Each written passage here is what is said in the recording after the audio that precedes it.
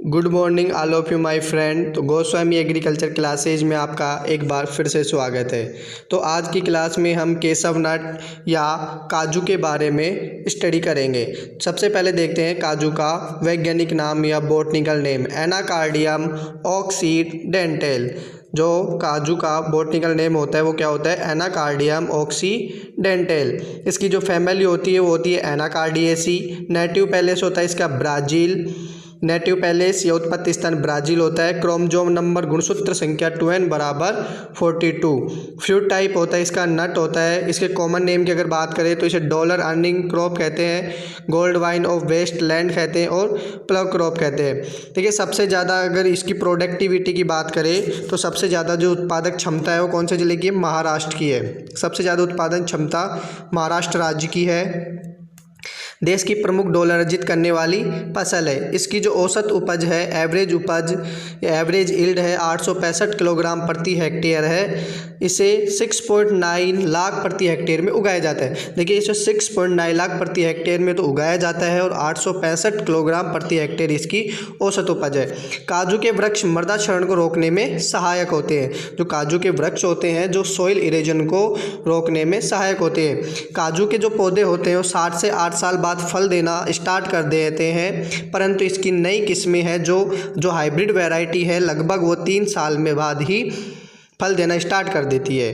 काजू शीतोष्ण अमेरिका में या मैक्सिको में या पेरू या ब्राज़ील की क्रॉप है। इसी यहाँ के द्वारा ही यह भारत के या अन्य राज्यों या अन्य जिलों अन्य देशों में शीतोष्ण अमेरिका, मैक्सिको, पेरू, ब्राज़ील के द्वारा ही फैलाया गया। तो आजकल इसे बड़े पैमाने पर मालाबार, केरल, कर्नाटक, तमिलनाडु, आंध्र प्रदेश में उगाया जाता है। अब इसके बात करते हैं इसके यूज़ की। इसके यूज के बाद इसमें गिरियों को खाने की जो इसकी गिरियाँ होती है उसको खाने के उपयोग में किया जाता है। वह इसकी गिरियों को तेल में निकाला जाता है। इसके केसू एप्पल से जूस निकाला जाए। इसका जो एप्पल होता है केसू एप्पल होता है उससे जूस निकाला जाता है जो संचोकक या खाद्य होता है। इसके जूस में किण्वन करके शराब बनाई जाती है, वाइन बनाई जाती है। जिसके अलावा इसके औद्योगिक में टाइले, गोंद, चाय, क्लॉथ, पेंट, एसिड आदि के बनाने के काम आता है। इसकी छाल में एंडीबिल इंक बनाई जाती है और इसकी पत्तियाँ होती है जिसमें पिंगल पाया जाता है। इसके बाद में इसकी क्लाइमेट की बात करें तो इसका जो क्लाइमेट होता है 20 डिग्री सेल्सियस टेम्परेचर इसके लिए सामान्य होता है और 400 mm तक वर्षा होना जरूरी है। अगला है कि इसमें काजू का जो वृक्ष होता है वह सदाबहार होता है। काजू का जो वृक्ष होता है वह कौन सा है? सदाबहार होता है। हम इसे कोई से भी सीजन में उगा सकते हैं। कोई सी भी कृषि जलवायु में उगाया जा सकता है। इसके उगाने के लिए उष्णकटिबंधीय जलवायु उत्तम रहती है और वैसे ही अगर देखा जाए तो इसके उत्पादन के लिए उष्णकटिबंधीय जलवायु उत्तम रहती है। अगर इसकी बात करें इसकी सोयल की तो काजू में विभिन्न प्रकार की भूमियों में उगाया जा सकता है। आमतौर पर इसे ढलुआ भूमि या सोइल इरोजन को रोकने के लिए उगाया जाता है। वैसे इसकी फसल उत्पादन के लिए गहरी दोमट भूमि उपयुक्त रहती है। अगर इसकी वैरायटियों की बात करें तो देखिए अलग अलग राज्य की अलग अलग वैरायटी है। जैसे PP4, PP6, BPP4, BPP6 और BPP8 और VRI8 ये सारी आंध्र प्रदेश की वैरायटी है, हाइब्रिड वैरायटी है। फिर BPP2 और BPP8 और भुवनेश्वर है। गोवा 1 है जो गोवा की है। प्रियंका है, सिलेक्शन 1 व 2 है। उल्लाह 1, उल्लाह 2, उल्लाह 3, उल्लाह 4 और चिंतामणि 1 और VRI 1 और 2 ये सारी इसकी हाइब्रिड वैरायटी है। इसके बाद बात करते हैं इसकी प्लांटिंग की बात करते हैं। स्पेसिंग अगर इसकी देखी जाए तो स्पेसिंग 7.7 या 7.5 गुणा 7.5 R/P रखते हैं। इसकी जो स्पेसिंग रखते हैं ये R/P है। रो टू रो और प्लांट टू प्लांट डिस्टेंस या तो 7.5 रखते हैं या फिर 8 मीटर रखते हैं। अगर गड्ढे का आकार देखें या पिट साइज़ देखें तो 60 गुणा 60 गुणा 60 सेंटीमीटर का या 1 गुणा 1 गुणा 1 मीटर का रखते थे।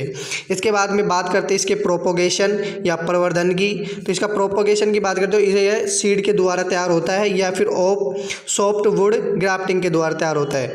अगर सीड से तैयार करते हो आमतौर पर इसका प्रोपोगेशन प्रोपोगेशन है जो सीड के द्वारा ही किया जाता है। बीज लगाने से पहले गड्ढे खोदकर तैयार कर लिए जाते हैं। प्रत्येक गड्ढे में गड्ढों का आकार बताई दिया, 1 गुणा 1 गुणा 1 मीटर या 60 गुणा 60 गुणा 60 सेंटीमीटर का रख देते हैं।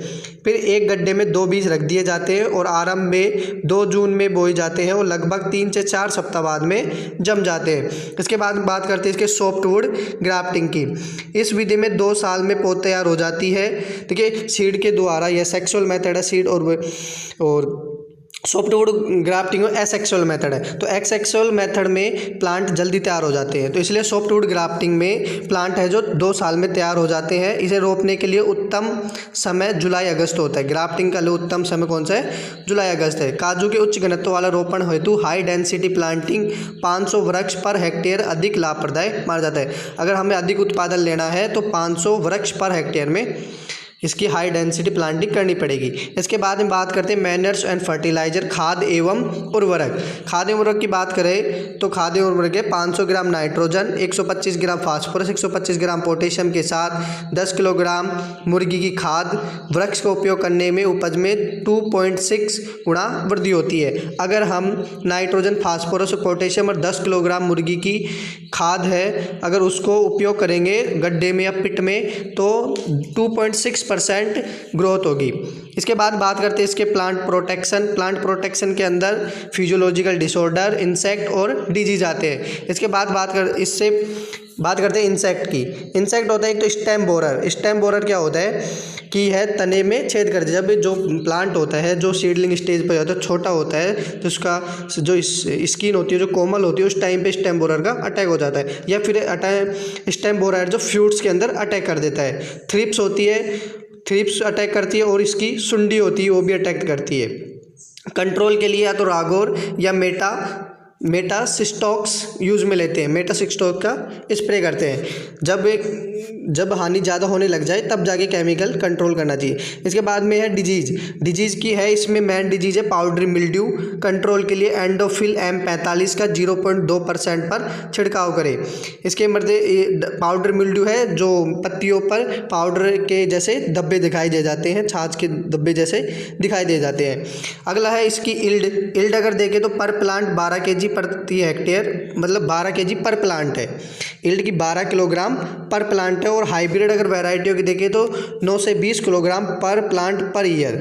ठीक है, इल्ड है जो पर प्लांट नॉर्मल जो वैरायटी है जिनकी 12 kg पर है वो 12 kg पर प्लांट है, और हाइब्रिड वैरायटी है उनकी 19 से 20 kg पर प्लांट पर ईयर में उत्पादन देता है।